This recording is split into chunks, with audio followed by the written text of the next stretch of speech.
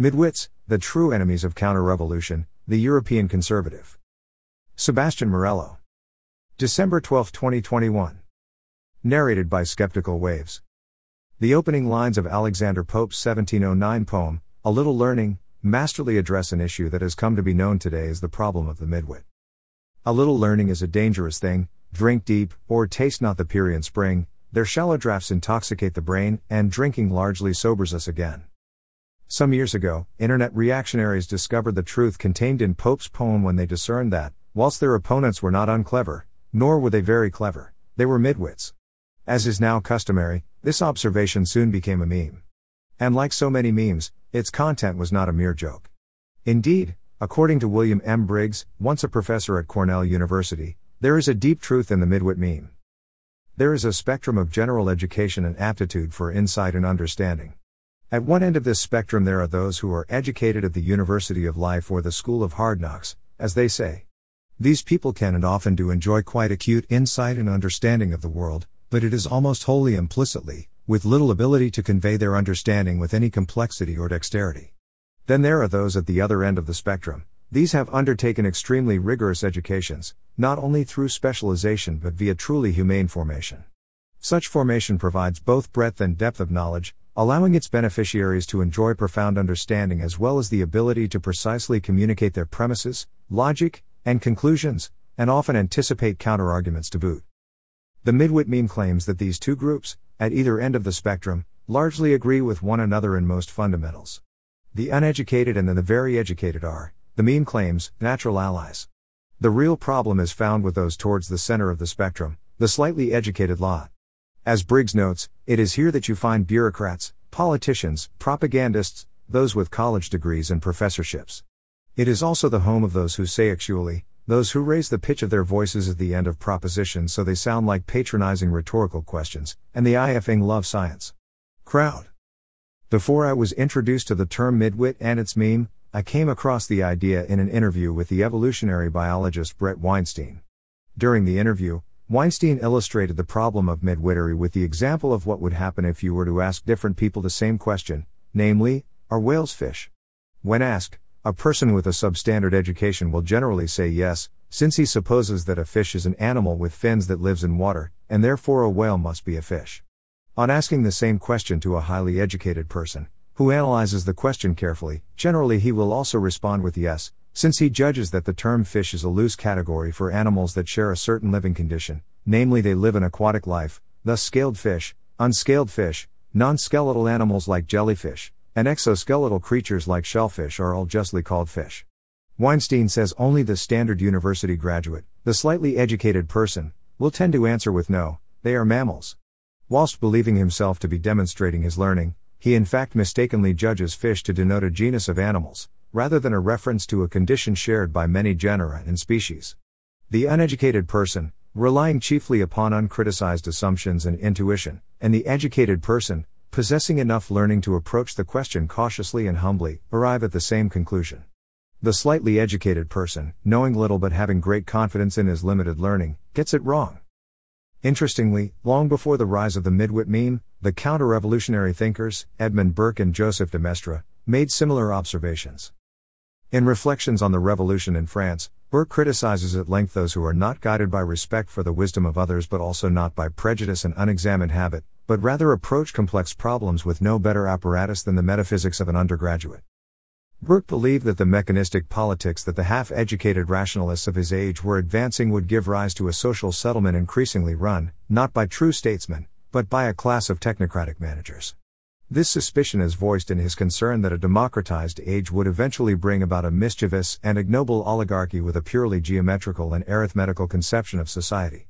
In opposition to the assumption that favors quickly acquired elite technical knowledge over socially developed experience and prudence, Burke wrote the following. Though you were to join in the commission all the directors of the two academies to the directors of the Caisse d'Escompte, revolutionary France's central bank, one old experienced peasant is worth them all. I have got more information, upon a curious and interesting branch of husbandry, in one short conversation with a Carthusian monk, than I have derived from all the bank directors that I have ever conversed with. Here, Burke makes his view clear, the world does not need more experts. The world needs people immersed in a culture, who are neighbors to each other, full of real learning, whether learning that comes by worldly experience or by slow and humble formation in the great tradition. I have always been suspicious of the title expert, indeed as much as intellectual. These terms have a Gnostic character to them, as if having one of these predicated of you raises you to a special class of perfecti, suspended over the rest of society. These terms connote something very different to the truly educated person or to the gentleman of John Henry Newman's The Idea of a University. Newman, a typical Borkine, presented the gentleman as someone who does not stand over society whilst never truly belonging to it. Rather, he is educated for society.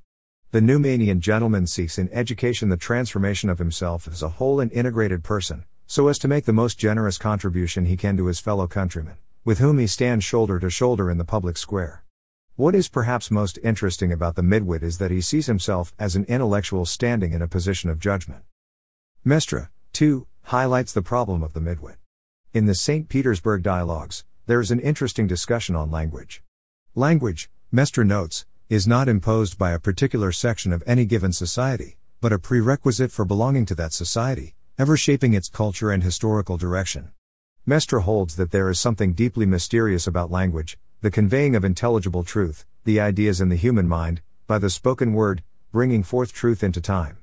Indeed, for Mestre, all human language is a fragmented possession of the perfect unified language which is the word in the divine life of God. Every distinct language is, then, a national possession of the eternal Logos. All who possess something of language have made their own a portion of the wisdom of God. Mestre despised the view of the philosopher Etienne Bonneau de Condillac that most social problems could be remedied by subjecting all language to philosophic correction, a notion reintroduced by some analytic philosophers in the 20th century. Condillac was essentially transposing Enlightenment assumptions in political thought to the realm of language, namely that reason, independent of context, history, shared cultural commitments, and so forth, could purify and bring to perfection something historically conditioned, contextual, and particular. In opposition to this view, Mestre asserted that language could not be created a priori or perfected by the wit of man or philosopher. Mestre trusted the language of the ordinary man and rejected the idea that only language purified by a rational class, who could philosophically scrutinize and cleanse it, was true language. Mestre, contrary to Condillac, argued that it is precisely because of the common and unexamined nature of language, that the moral intuitions of the uneducated are largely to be trusted. The uneducated person's unexamined language expresses moral prejudices and uncriticized assumptions which, Mestre argues, are generally trustworthy, for such prejudices and assumptions comprise the general moral deposit that has shaped a cohesive society. So too, the truly and profoundly educated person is someone who has learned enough to know that his knowledge is in fact very limited, and hugely dependent on the knowledge of others, and therefore he is also largely to be trusted. The dangerous person, for Mestre, is the person situated between these two, the slightly educated person, or, if you like, the midwit. This person has learned enough to convince himself that he knows something, but not enough to see that this something is very little and part of a larger context. Such a person, with a very truncated conception of the span of reality, is quickly driven to stand in judgment over his society, which he does not understand, but believes himself to have comprehended in its entirety. The slightly educated person believes that he knows reality, and therefore that he can judge it. He does not, however, really know much at all. This is what Mestre means by his relentless criticisms of individual reason. The slightly educated person understands little besides his ideas about the reality that he does not well understand. He does not return from those ideas back to the reality of which they are abstractions, abstractions to which he anxiously and unsuccessfully seeks to conform the world. The slightly educated person, in other words, is a natural rationalist, prone to unite himself to revolutionary causes. In Mestre's view, the uneducated person and the truly educated person see themselves as members of the same community. The slightly educated person sees himself as belonging to what Mestre sarcastically calls the elect. As Enlightenment scholar Jack Lively presents Mestre's position, it was not the elect who could hear this inner voice of conscience, but the unsophisticated, all those unstained by excessive rationalism, and this was a state within all man's capacities. It is noteworthy, then, that in conservative and reactionary circles the problem of the midwit has emerged as a major theme for classifying those who would have little or no sympathy for right-wing arguments and objections. By identifying the epistemic problem of midwittery, these online conservatives stand in a long tradition of counter-revolutionary thinkers going back to those two great men, Burke and Mestre, who exhausted themselves attempting to slam the brakes on the French Revolution and its poisonous fruit, the Terror.